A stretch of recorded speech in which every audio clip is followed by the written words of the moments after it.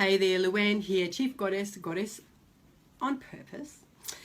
And I'm checking in today because I've had a couple of conversations with people recently and I was inspired to do a bit of a sharing, do a bit of a sharing here about the things that were coming up. And basically, two conversations that I had were people who were running businesses, and there was kind of, the conversation went along, they were kind of apologizing for not having the right price, for not knowing enough, and kind of along those lines. And it really struck me that everybody in business, when we're putting ourselves out there, entrepreneurs especially, we do have some self-confidence challenges along the way, and then it can start to spiral and we go down into this kind of hole and not believing in ourselves, not coming out in the world the way we want to, and essentially not creating the money that we want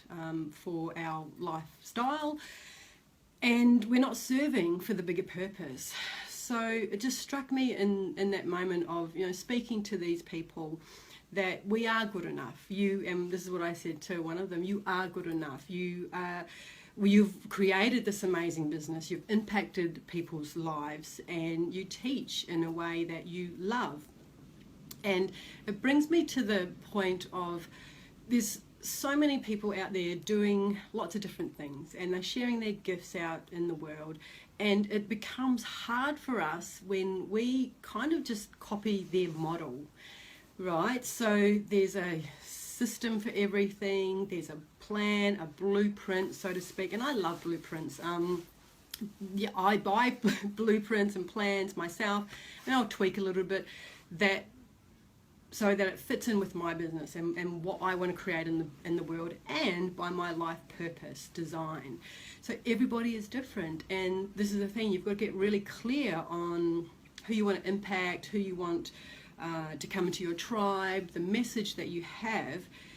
And we try to do it all ourselves.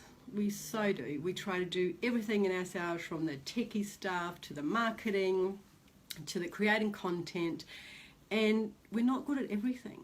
So my message is to outsource what you don't like to do. And I was having a conversation with my son this morning, and I've got kind of different views on schools and things like that, and something that came up, I just read it in a book as well, and it was along the lines of, do what you love to do what you are good at, rather than trying to learn and tweak, trying to learn the thing that you are no good at, that you actually hate doing, because what's the point in that?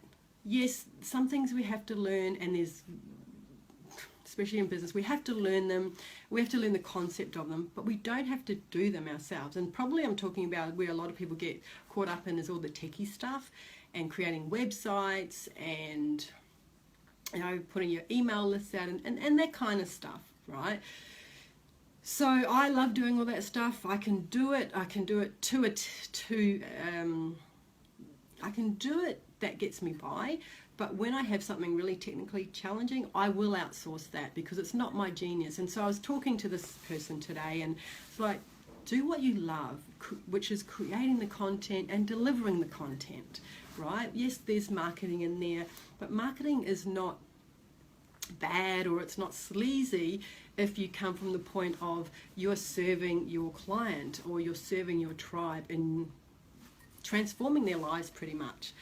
So it was like, you need to outsource this and this, keep an eye on it, keep that person responsible, but you don't actually have to do it yourself. And the other thing is, looking at other people's business models, that is not the perfect business model for you by your life purpose design.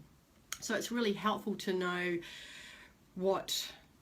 first of all, your life purpose design, number one, and how you work. And are you kind of like a one-on-one person? Do you just want to have coaching clients, or do you love to run groups? Do you want big groups, or do you just want a small intimate group?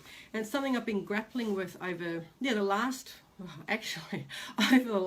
6 months to a year on how I want to work. And in the past, it's always been big events, and put people into a program and they'll have more intimacy with me and that kind of way. It works well, but there's a lot of energy it takes to run big events, and I'm not saying not to do them, because if you're designed that way, which some people are, then they are really expansive and you love doing them and it's joyful. But if you just see that that's the only way to create a business by your life design, it's not. You have to really go within and find out what works for you, what your ultimate goal is, or what your vision is for your business and for you, and to do that, implement that into your life by your life purpose design. So let yourself off the hook of these high expectations that pretty much you put on yourself. Let's be honest, we put them on ourselves, and then others can put that on us. I totally agree and get that, but it's really ourselves. So it's being honest with ourselves, how we want to work, how we want to transform and impact our tribe and our clients, and work with that. Keep the joy coming. That's probably what I say. If it's not joyful, don't do it. And I don't mean if it's boring you, or if don't use it as an excuse, but that's the kind of thing. If you want flow to happen, it has to be joyful. You have to love what you're doing and outsource the rest that you don't love doing, because that's somebody else's magic and that makes them joyful. So that's my kind of message today. Have fun, live your life purpose by your design, and many blessings to you. Bye for now.